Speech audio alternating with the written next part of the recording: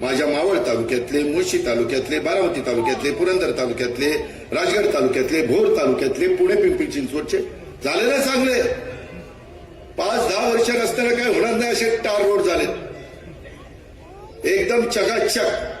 म्हणजे माझा दुहेरी होतो. एक तर टुरिझम वाढव, 40 देशातले सायकल स्वार आले होते, तुम्ही बघितलं ना इथं. 1-1 कोटीच्या सायकली आहेत त्यांच्या. चांबरे तिच्या आलेही असते म्हणजे रस्ते टार करायचे पडत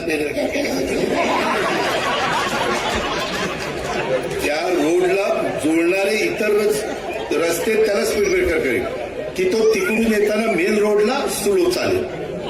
परंतु मेन रोडला स्पीड ब्रेकर केल्यावर त्या रोडचा काही अर्थच नाही. आता आपला यवतवरून आणि पाटसवरून आम्ही बारामतीपर्यंत येतो किंवा आमच्या पिंपरीपर्यंत येतो. त्या रस्त्याला जर स्पीड ब्रेकर केले तर त्या रस्त्याला उपयोग काय. त्या रस्त्याला जे रस्ते जोडले जात आहेत ते हळूच तिथं जोडताना ते स्पीड ब्रेकर होऊन त्याला जोडले जातील अशी व्यवस्था करायची असते. आपण पण आता जरा वाहतुकीचा सेन्स म्हणजे ट्रॅफिक सेन्स हे पाळला पाहिजे. त्याच्यामध्ये गट तर बाजूला ठेवा, कुठेही रुसवे फुगवे बाजूला ठेवा आणि काही काहींना लांब पुढचं बोलायचं आणलं की नाही तिकीट